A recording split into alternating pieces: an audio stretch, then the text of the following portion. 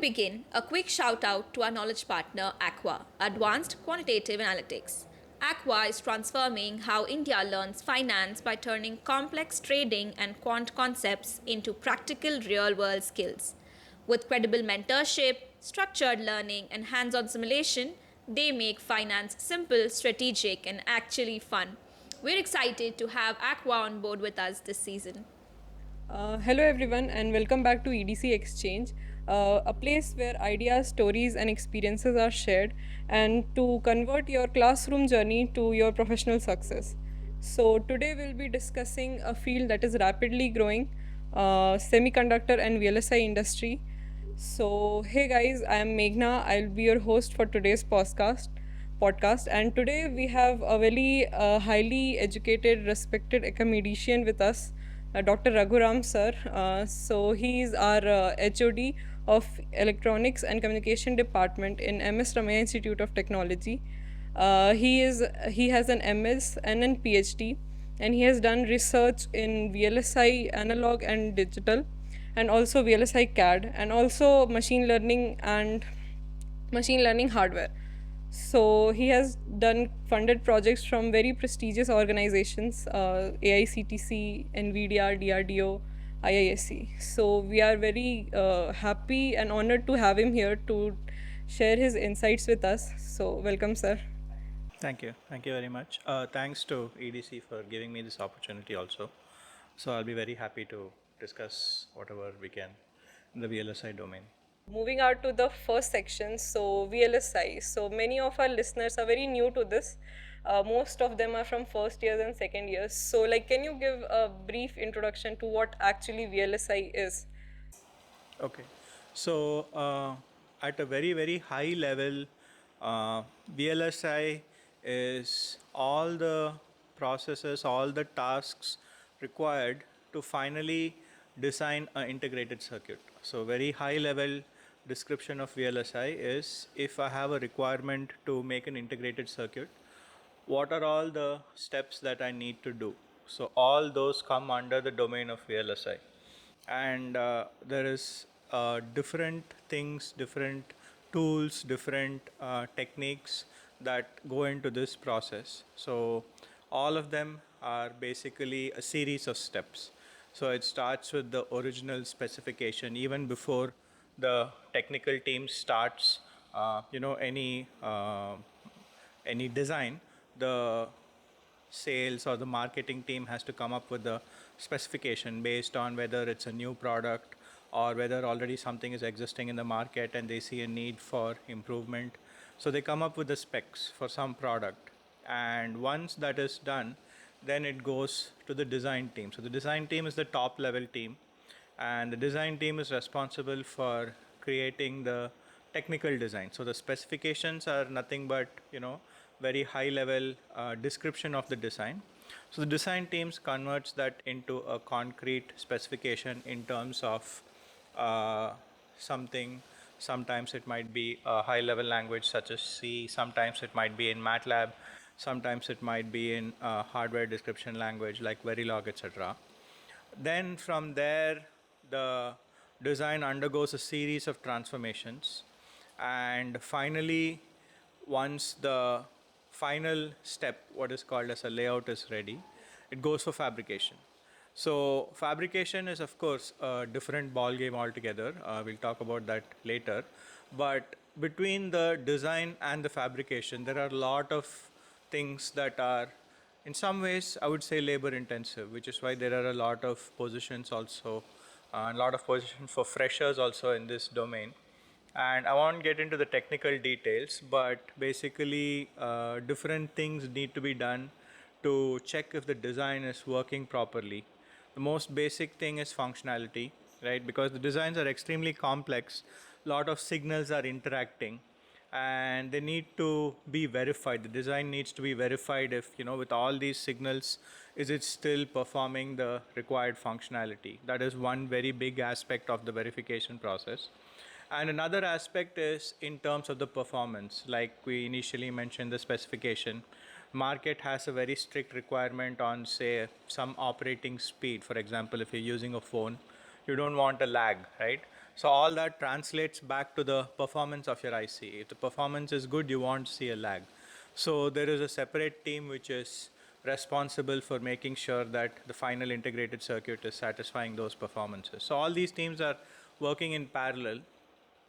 And one of the biggest differences between VLSI and software is that in software it is relatively easy to correct mistakes. For example, you can just put out a patch, and if someone downloads that, the bug is corrected. But that is close to impossible in the VLSI domain, because one of the peculiarities of IC, it's not repairable. You can't repair an IC.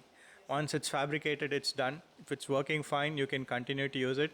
If for some reason it fails, then you just have to replace it. So because of that reason, there is a very, very large group which is just looking to make sure that when it is fabricated, it is going to be fine. And even after that, there might be some problems. So there's a separate group which is involved in testing the IC, which is called as VLSI testing. So all these are different aspects of the VLSI design process. And India, in particular, Bangalore, has a very, very good ecosystem in these domains. So India is very strong in design, testing. Every aspect of VLSI design, India is very strong, except fabrication. And that is very slowly, there is a huge push to change that also. But this is a very high level overview of VLSI domain as such. In our third year, that verification and VLSI testing, we had a subject.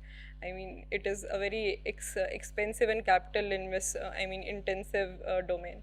So now coming back to my next question, basically, so many of the freshers, especially from EC, ET, Triple E branches, they aspire to become electronics engineer in the VLSI domain. So like, what are the major companies that provide opportunities for freshers, like that come to our college or any college in Bangalore? Coming to college is one thing, but if you look at the companies, there are many, many companies, starting with the big names like Intel and AMD. Then, of course, there are the companies which make ICs for the mobile phone, which is one of the most important markets today, like Qualcomm, MediaTek. And then there are other companies like TI or Analog Devices, which are focused on analog designs. This is a very small list, but the number is very large. And then there are a separate group of companies which deal with the CAD tools, because one thing that is true of all engineering domains today is everything is based on software tools. Nobody uses pen and pencil for anything. So same is true in VLSI domain also. So there is a separate group of companies, for example, Synopsys, Cadence, and Mentor Graphics, which is taken over by Siemens. But these are the three big players in the CAD domain also. So these also opportunities for freshers are there everywhere. It's just a question of timing, whether you're there at the right time and the right place. So opportunities are very, very high. And interestingly, in the last few years, even 2-3 years, maybe you've noticed one thing. For example, 5 years ago, Apple phones, they were using Intel's processors. But last 2-3 years, they have been using their own designs, M1, M2, etc. So the same thing, interestingly, has been happening for pure software companies also. For example, in Bangalore itself, companies like Google, Microsoft, Meta, all of them have silicon divisions, which means they're involved in IC business. So it has grown rapidly. Even in fact, we had a very large group of MSRIT alumni in Intel. So what would happen is one or two persons went, and then every time there was a requirement for interns, they would contact us. So it sent some names. So every year, 1 or 2 people were going. So almost close to 10 people were working in a group, and large number of them migrated to, I think they went to Microsoft. So there's a lot of companies. In the recent years, it has increased a lot actually. Yeah. Number of companies doing VLSI related work has increased. Even the students who were preferring software earlier more now are shifting to electronics. So now moving to the second part of this question, like what are the subjects that the student should focus on? Like to prepare for placements for core company? Like I know there is Verilog, there is VLSI, CMOS. We studied these subjects, but what to focus more on? Like what skills should a student have to have offer in these companies? Yeah, that's actually a very important question. The thing is, any company you join as a fresher, they are going to provide their own training. Okay, no company is going to take a fresher and put them into the project right away. You're going to spend maybe 3 months, maybe 6 months. So, what is more important for an engineering student is two things. One is the depth. Okay, so you have all these subjects which are studying analog electronics, digital electronics, but in those subject itself, you can go deep, right? Like you can, for example, if you take any textbook, you read the textbook, you will have, if you take a good standard textbook, you'll have a lot of good exercise problems at the back. Can you solve all of those, right? That is not easy for a semester you're studying 5 subjects. You can't go that deep. But if you're interested in going in VLSI related, you have to choose some of those subjects. For example, digital electronics is very important. Some other subjects like Verilog you mentioned. So Verilog also, even though we teach it in all departments, maybe they teach Verilog, but there are some concepts which are more easier to understand when you do a small project, for example. So that is a good way to understand all these subjects at a practical level rather than at a theoretical level reading the textbook. It's better that you gain an in-depth knowledge instead of just reading the prescribed text. For example, if you take digital design, we can see at least 10 good textbooks in digital design. And each of them, if you read, you will get a different perspective. So that is very important for a student to, if you want to answer or if you want to do well in an interview, if you go deep, CMOS itself, for example, what we teach is, of course, 5 units, but it's much more than that. So some self-study is required to go deep in whatever subjects are related to VLSI. For example, I would say analog electronics, digital electronics, Verilog, CMOS, VLSI. These are the basics. Plus today, almost every domain is going to test your programming skills. So that is, I think it has become a essential skill for all domains. For example, now in first year itself, everybody starts with C programming. It's mandatory for all branches. Plus, in addition, in our department, we have C++ and data structures in the second year. Then you can take open elective, Python, Java, whatever you want. So programming is essential, irrespective of which domain you're going. You can choose your language. It's not that you have to know Java or Python. You can choose C or C++. But there also, you should be very clear about your concepts. So the best way, programming, of course, just like maths, you can't read maths. You can't read a program. You have to write code. You have to, there are a lot of websites actually which give very good resources for coding. So that is definitely something you can do. And the other thing is projects. So projects is very important because as a interviewer, right, very often in a company, you're going to be in a position where you don't know how to go forward. And you can't keep going and asking your higher ups for advice every time. So some of those skills where, you're able to solve some problem solving skills basically.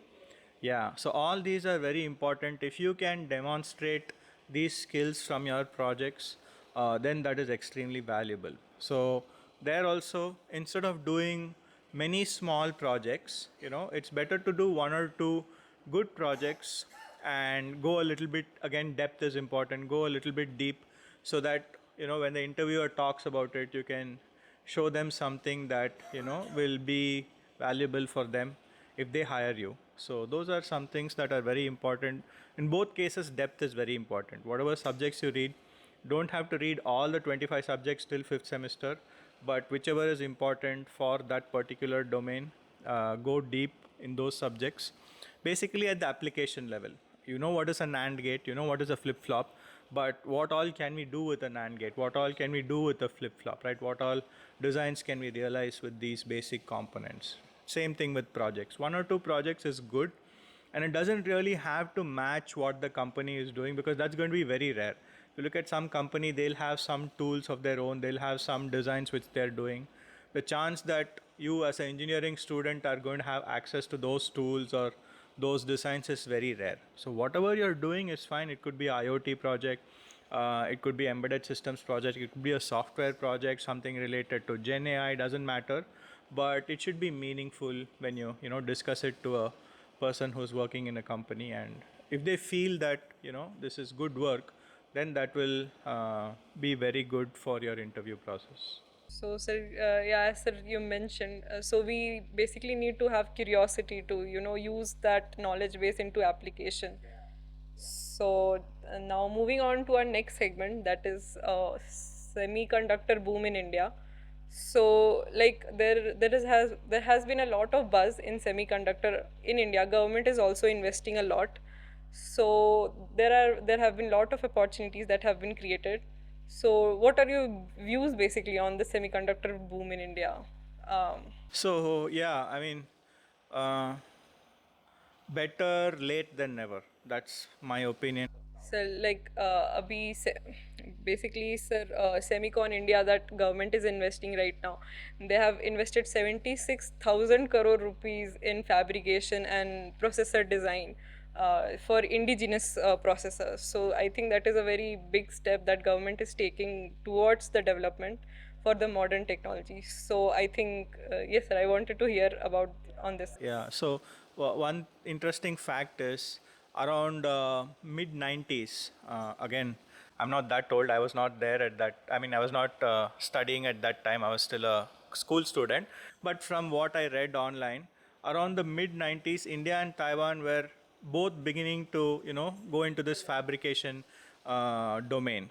And India started off with I think Chandigarh has that plant still, and then even Bell, our own Bell in Bangalore, has a circuit research laboratory where they can actually fabricate ICs. But the thing with Taiwan is they went ahead with it with full force, and today, of course, Taiwan is the leading place. It's a small island, which is so surprising, but it's the leading place for semiconductor fabrication across the world. Even large giants like IBM have basically spun off their fabrication business because they cannot keep up with the evolving technologies. But all said and done, we have to start somewhere because this is a essential requirement now, making a IC, right? Because tomorrow we can't predict. Frankly, some people may say no, this might not happen, but your truth is stranger than fiction. We cannot predict what will happen 10 years, 15 years down the line. If somebody decides to make a move and they stop your supply chain of ICs, then our manufacturing is dead, right? All the embedded systems that we talk about, they depend heavily on ICs. Embedded systems is just putting all these ICs together, putting the software in it, and making a product out of that. But without the ICs, we'll be nowhere. So we have to starting with our essentials for defense or space applications. It has to be done. We have to have our indigenous manufacturing in India. And I think a lot of the big companies like Tata Electronics, multiple locations, I think in Northeast Assam, they have selected some place, Gujarat, and some other things, and even some other companies. So multiple companies are invested, and I think the government is doing the right thing by supporting them actively. But still, you have to have lot of extremely good infrastructure. That is a very very essential requirement for fabrication. For example, just something as simple as water. You need a large supply of water for maintaining these plants. Power supply, you need extremely stable, very very very low fluctuation power supply. So infrastructure is very important. It's some of the very very essential requirements for maintaining all these extremely high tech facilities. Is you should have a very good support system, and I think the government knows all that because they are constantly involved with many of the big players. For example, ASML, which is the top manufacturer of EUV equipment, which is supplying all the companies in the world. Government is in talks with them on how they can improve the ecosystem in India. So they have very good connections, and they have very good listening capability. So it's going well, but the thing is, they should sustain. It's not going to happen in even 5 years. It might take 10 plus years, but it is required, number one, and it's good that we have started now. In terms of jobs, also, it is great. It is actually a very diverse domain. It requires things as diverse as instrumentation is one of the most important things when you're setting up a fabrication plant, because it's all instruments, right? It's all things working together. And of course, you need people in material science, you need physicists, you need a whole spectrum of employment will be this thing. So yeah, it is definitely good that it is started, and I think we should do more. For example, if you want an example, Intel recently set up a fabrication plant in the US because again of all these um, doubts, and I am not very sure about the numbers, but either the government pitched in $100 billion or together with equal share between Intel and the US government, the cost was $100 billion, one of the two. So the expenses are huge, there's no doubt about that. But again, we have to start somewhere, so hopefully it will pick up.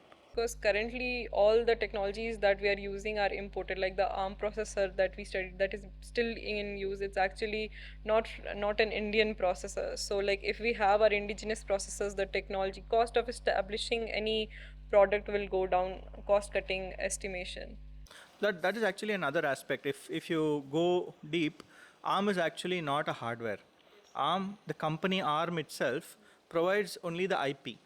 So whoever wants to make the actual IC, they take the IP from ARM and they fabricate it either in TSMC in Taiwan or whoever. But even that, right? So actually, India, like I said, is extremely good in design. There are a lot of I mean, literally all the companies that are there in the world, they have a very large presence in India. But the sad fact is there are actually no Indian companies. There are Indian people working in all levels in all these companies, all the way up to CEO, and in all levels. But how many of these companies are headquartered in India? Very, very few, right? I can maybe Cyient is one, but they're more of a services company. Of R&D centers are more in India. Yeah, R&D center is there, design center is there, everything is there. Our people are at it, but still there are almost no companies worth mentioning which are Indian companies. These are all foreign companies with headquarters across the world, but no Indian company. So that also has to change, because we have very good talent in design, right? It's just the question of attracting them to an Indian company. So Establishment. yeah. So one company that is making news recently is Zoho, right? They're emerging as a competitor to the typical Google, etc. So something like that is required in the VLSI sphere also. We need an Indian VLSI company that is headquartered in India. It is started by Indians, and we can employ people from across the world. That is definitely doable, but we should have some of those also. Yes. So, sir, since we are talking about designing innovation, so obviously we'll have to talk about entrepreneurship. So, like this boom in semiconductor, how is it related to startup, especially in VLSI domain? Like many entrepreneurs want to work in this area, but since it is very capital intensive, knowledge intensive also, so where does one start? I mean, like that raises my next question. Like, what do you think is the scope of the startup in the VLSI domain? Yeah, that is an important question also, which is what I was mentioning. We need more Indian companies. So again, like you said, there is a sort of a what can I say? It's not as easy as a software startup, because software startup, if you have a good idea, the capital is not that high to, even with very small amount of resources, if you have the right will, it's enough to, start that up. But it's not the same in VLSI, because right will is one thing, but you should also have some amount of capital to back you up. The reason for that is, like I said, this whole design environment is highly dependent on the tools, and the tools themselves are very expensive. So it's going to take some amount of initial investment, which is non-trivial. to start up some design venture. But on the other hand, what could be done is, instead of typical software startup, the age of the employees might be 25 or 30. It could be slightly more. Somebody who's around 35 or 40, who spent about 10 years in the VLSI industry, knows it very well, how things work, etc. If they are given an investment, the chance that it will succeed is higher rather than a 25-year-old who spent only about a couple of years. So that is one way in which we can have successful startups, number one. Number two is, of course, for a younger person, it is difficult, a little bit more difficult to start up something related to VLSI. One aspect is the tools, right? Like I said, the tools are very expensive, but you can develop your own tools because all of these algorithms are extremely mature. All of them are available. It's general knowledge. It's based on basic algorithms like graph algorithms or numerical algorithms, Rangekota, etc. So it's not something that is like this thing, but you can develop. For example, there is a project that is going on now called as Open Road. So Open Road is a GitHub. It's basically a GitHub repository where people, developers across the world, have come together, and they've created this whole tool flow. What we spend many crores for Synopsys license, you can do it for free over there.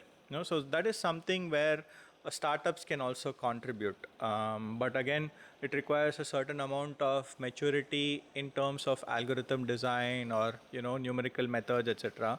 Because like I said, they're all quite mature. So how you can integrate something new to those flows, and there obviously the answer is ML, right? Like today, all software companies, all VLSI CAD companies also, they are literally pushing out new products which are having ML flows. So what they were doing traditionally, they have augmented it with machine learning, and they are claiming, and I'm sure it's right, better performance. So that is where a fresher can really contribute to, because that is a really new domain. A lot of PhDs are being generated in that domain, where for different aspects of this VLSI design process, right? How can we incorporate ML algorithms into those steps to make it more optimized? So that is something where freshers can definitely contribute. The investment is not very high because ML is Python and it's all free. The only thing is you should have some knowledge about the VLSI tool flow, or in particular which aspects of the tools you are working on, because there are different tools for different things. You can pick one of the tools. For example, you can say synthesis, or you can say formal verification, and say I'm only going to look at that aspect, or I can say like power prediction, or some small aspect of all. Yeah, next question actually. Since the entire fabrication process is very expensive, so like what are the niche things that an entrepreneur can focus on? Like maybe only sensor integration, or maybe only low power design. Like what are the niche things that an entrepreneur can work on and generate profit from, or like create his startup from that? So one is like ARM, for example, generation of IP, right? IP is very important because once you create something, then many people can use it. So that is something that you can do as a startup for something that is new. For example, today, if you see many of the high-end phones, they have neural processing engines, which is part of the phone now. So that is a new design. If you went 10 years back, that was not there, right? Nobody was having a neural network on the phone. But today, all high-end phones have some sort of ML technology in the phone. So that is something that somebody is developing. And since that is relatively new, if you are starting out yourself, you can say, okay, can I develop some small IP which is going to have some ML functionality? And if you can do a good job, then you'll have a decent customer base who will use your IP for their functionality. So that is one way in which design can be used. Of course, some amount of investment is there in tools and in manpower, but that's unavoidable in all aspects. You can. It will be smaller than them.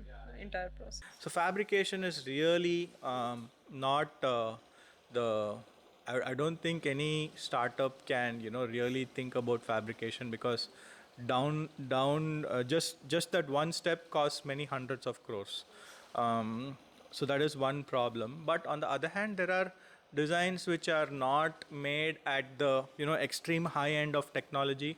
A lot of the automotive ICs are still maybe ICs same technology that was available 10-15 years ago. So there the IC fabrication costs are much lesser because it's older, more mature technology. So that also can be explored from a startup perspective. Other than that, like I said, tools is definitely an option, because CAD tools always, and now with ML, there is a lot of scope for innovation, improvement. So those are domains where freshers can focus. And of course, Gen AI and related topics is really successful in business applications. How or where is the scope for those, because they are powerful tools, but we have to find where is the scope for those tools in VLSI design flow, how they can be adapted. So, sir, since we're talking about startups, so like there are several barriers when you want to create a startup in VLSI. So, like, how does government help these startups, especially which are focused on VLSI? Like, do we have any government-funded researches, or I mean, collaboration between a company and the government of India? Like, Actually, there are a few very good schemes. There is one scheme that is ongoing called Chips to Startup. yes, sir. So that is only Semicon that I talked about. That is Semicon, yeah. So that is a very good scheme where, one of the barriers that I mentioned is tools, right? So part of that scheme, you get tool licenses. So if I'm a design company, I want to make something, that program will give me the license automatically. I don't have to spend, hundreds of lakhs for those tools. So I can go directly and, go into focusing on my design and, getting the right talent for the design, rather than looking at how to set up these tools or how to pay for these licenses, etc. So that is a very good program, that is actually very well funded program also. And in terms of fabrication, of course, like you mentioned, there's a lot of schemes, but of course that's at a different level. It's not anywhere where startups or this thing can look at. And recently, based on this RISC-V, they have come up with certain societally relevant topics where the competition is to basically design some product using their RISC-V process. So government is giving all these teams, for example, one of the teams in our college, they have qualified in the first round. So now they have got a 1 lakh grant, where basically the RISC-V processor is given to them by the government. So now they have to implement their idea using that processor. And this will go for another 3 or 4 months. And the end of 4 months, then basically they will evaluate all the things, and they will call 3 teams for the finalists. And those finalists will basically go to Delhi and present. And there they are providing, I think, around 30 lakhs funding for continuing that into a full-fledged product. So there are many schemes like that. Very good support from the government for, and then separately for MSMEs. Like if I am a startup in VLSI, it will come in the MSME domain. So they have a lot of schemes there. So support is good, definitely. But as you guys know, startup is a mentality rather than one day you cannot sleep and next day get up and say let's start a startup. It has to gradually come over a few years. And we've had some successful startups, but like I said, till the number is low. But also another aspect of that is it's also with the upbringing, the overall system, where if you have a lot of social support, then you are more you know willing to take risks and go for a startup. So we are, I think, reaching that point where more people are now uh, willing to risk it, knowing that even if they fail, it's not going to be like a dead this thing. They can still have something to fall back on, etc. So we're seeing a lot of that. For example, Bangalore is it's a huge hub for startups, but 99% of them fail. But people move on, and so it's happening here too. And slowly, I'm sure even in the VLSI sphere, we will see that happening. So as you mentioned about that risk processors, so that brings me to the next segment, like DIR 5, Digital India Risk 5 initiative. So like government is giving a lot of investments in creating indigenous processors and open structure. I mean open source architecture basically. So like, can you describe this initiative a little bit? Yeah, sure. So actually, government has already, I think they have uh, used this RISC-V ISA, and either they have developed an FPGA or an ASIC, one of the two. So it's already available as a hardware. So now they want to see it used in particular for societal applications, because there's a lot of requirement in India for societal innovations to improve the overall quality of life related to SDG, etc. So there are some themes that they have chosen, and then there's different levels of the competition where you start off. The complete set of students start off with the initial idea, then that goes through multiple levels of filtering, and finally, like I said, they will be given very, very good grants of 30 lakhs for actually spawning that into a company.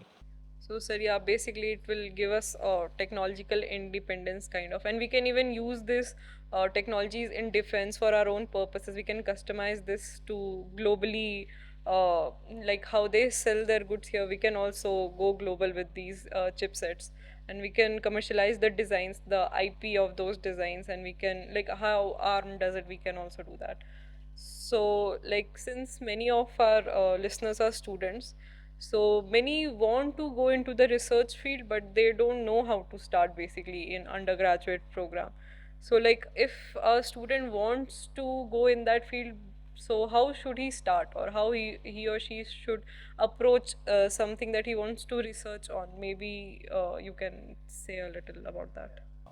Yeah, sure, sure. Research actually, it seems like it's a very complex thing, but it is just the same as some student studying a subject, or it's some student doing some homework. So basically, what is the idea if you're talking about true research? The idea is basically to fill some knowledge gap, right? So what you might have heard many times when people talk about research and novelty go hand in hand. There should be novelty, something new. So basically, that something new is the key aspect to research. So repeating something that is already done, that is not considered research. So the first thing that we need to find out as somebody who's doing research is what is the gap, what is the knowledge gap that is existing. So that process is what is called as literature survey. So basically, let's say I'm interested in some aspect of technology. For example, let's say EV. EV is a big thing now, right? So electrical vehicle. I'm interested. Again, EV is very general. We should look at something more particular. For example, battery management system. Suppose I'm in electrical engineering, and I want to know more, or I want to work on battery management system. So then I would go to some website like Google Scholar. Right? Google Scholar is a Google website again, but it searches only inside research publications, websites which have research publications. So instead of going to Google, I will go to Google Scholar, and I will type my keyword battery management system. Then I will get a set of papers that have been published in that domain and start reading them, right? So every paper that is published is going to explain what is the novelty or what is the new thing that they have done, right? So then slowly when you start reading more papers, you will get an idea of what the domain is and what all is being done and what are the problems still existing. So that is the first phase. You need to identify what is the problem that is existing in whichever domain you're interested in. So once you identify that, right, then you have to look at, again, go back to all the papers and see, what all have they tried to solve that problem. So once you have an idea of that, now it's upon you, right? Now you have to decide. this paper A tried this method and they were able to get this much amount of success. Paper B tried this method, they were able to get this much amount of success. Now my idea is I will try this idea. Right now this is where the technical part comes into the picture.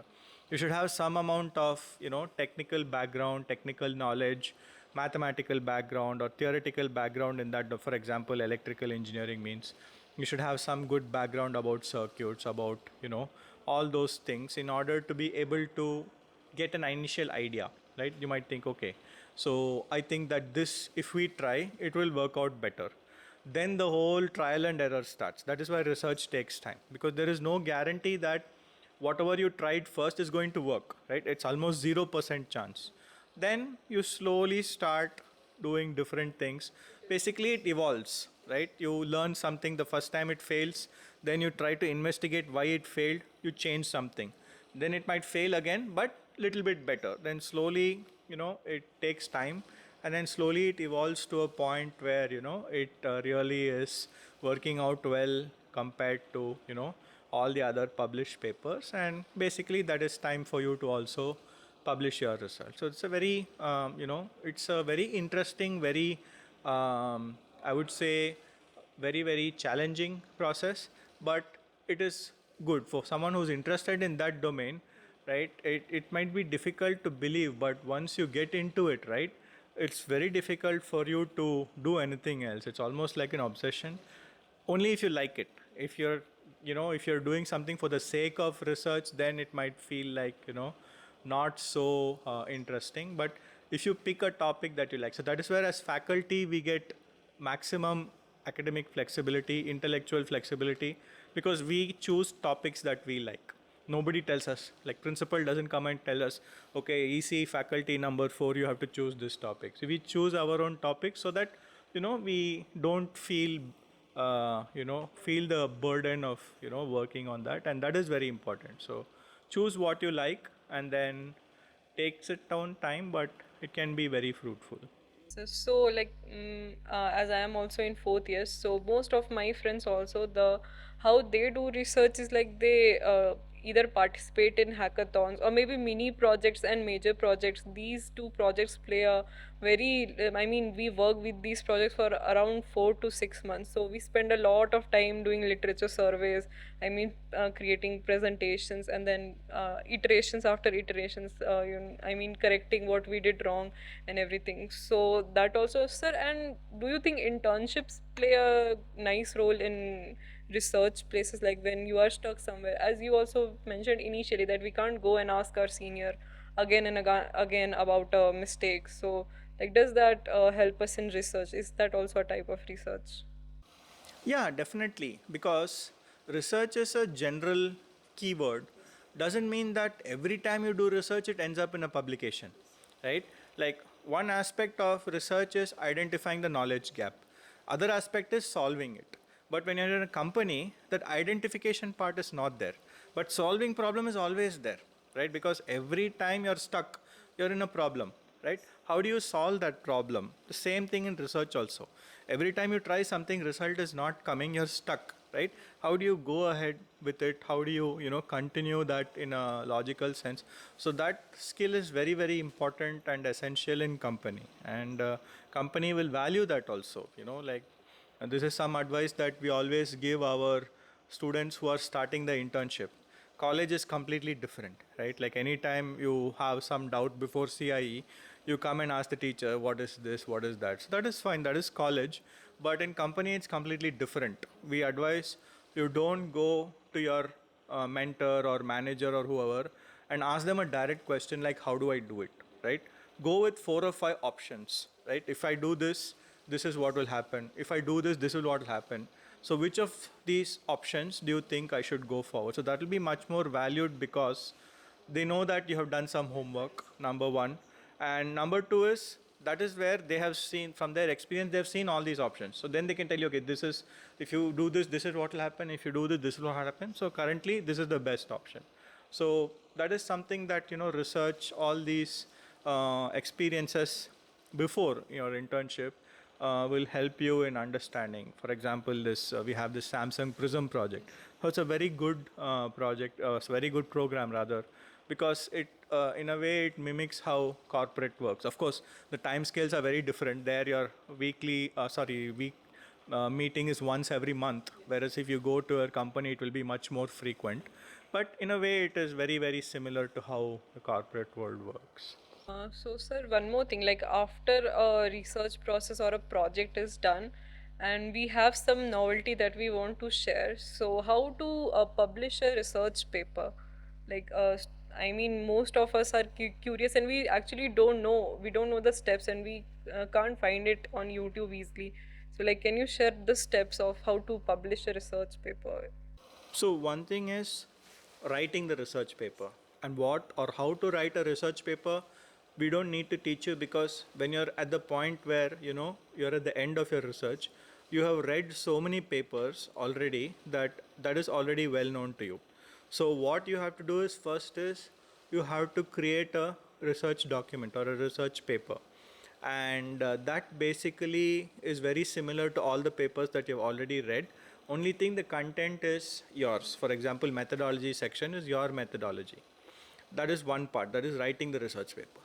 Then publication, there are two options. If your work is, for example, initial results, that is, it is not completely comprehensive, it is some idea, but you want to put your stamp on it, then you can go for a conference paper. So conference is the most popular publisher for our domain is IEEE. Like, we have active IEEE chapters. So IEEE have conferences quite often. So you can choose one of the conferences, and if you go to the conference website, there will be a link where you can click, and it will have all the instructions on how to submit your paper. So you just have to put it in the template. They have a template which is available in IEEE website. LaTeX is highly preferred over Word because it's much easier for a complex document like a research paper. But if you don't know, that is fine. You can, they also have Word templates. So you can put it in that template and submit it in the website. And eventually it will go through some formatting, etc., which IEEE will do, and it will come to their website. That is the conference paper. But if you have a more comprehensive work, for example, you started from mini project and you have been working on it for 1.5 years, and you want to publish it as a journal paper. So journal paper is basically more detailed work, and in terms of respect also, journal is more valuable. If you put it on your resume, it will have more value compared to a conference paper. So journal also, it follows the same. If you go to the journal website, they will have a template, or you have to put it in their template, and then you have to submit it to the journal website. And both of these go through something called as a review process. So there will be some technical experts who are part of the review committee. So they will read your paper, and they will say whether, first of all, is this correct technically? Does this make sense? And does the whatever you started off with, is your results matching that particular argument? All those things they will verify, and they have to accept it. That is the main thing. So any paper, you cannot just send it to IEEE and they will accept it. It has to go through that review process, and the technical committee which is responsible for that conference or journal, they have to say, okay, yes, we are accepting it. Then it gets accepted. Otherwise, the good thing is they will give you some feedback. They will say, all these things don't seem right technically, so you might have to change that to make it more realistic, or like other things also, like you might have made some assumptions which are not valid. So all those things have to be corrected, they will say. Then in your next iteration of the paper, you can correct those and see if your results are still holding. So there also, there is some bit of iterations are possible. So, sir, last question of this podcast. So, like, if some student wants to do some research in VLSI or machine learning hardware domain, so like in this college, what are the facilities available for that research purpose? So we have multiple GPUs. So GPU is essential for machine learning. So anyone who wants to do any research related to machine learning, they can have free access to GPUs. Nowadays, people pay a lot for GPU access in cloud, or we have free access to those GPUs. So that is one very good resource. Another resource is we have a lot of the industry standard tools, VLSI tools we have in our labs. So we have it in the VLSI lab because ECE department is buying it, and we are keeping it in our VLSI lab, but we have also installed those tools in other departments. So any department in the college, not just ECE, can have access to those tools. So those are two actually very valuable support facilities that students can use. Yes, sir. So thank you, sir, for sharing this insight with us. We were truly, I mean, we got to know that the future of semiconductor and VLSI has a lot of opportunities for the students and the entrepreneurs that who want to work for this, who want to work in this domain. So I think that's it for today's podcast. Thank you for watching EDC Exchange. So see you guys in the next episode. Thank you. Thank you, sir, for joining us. Sure. Thank you very much. Thanks.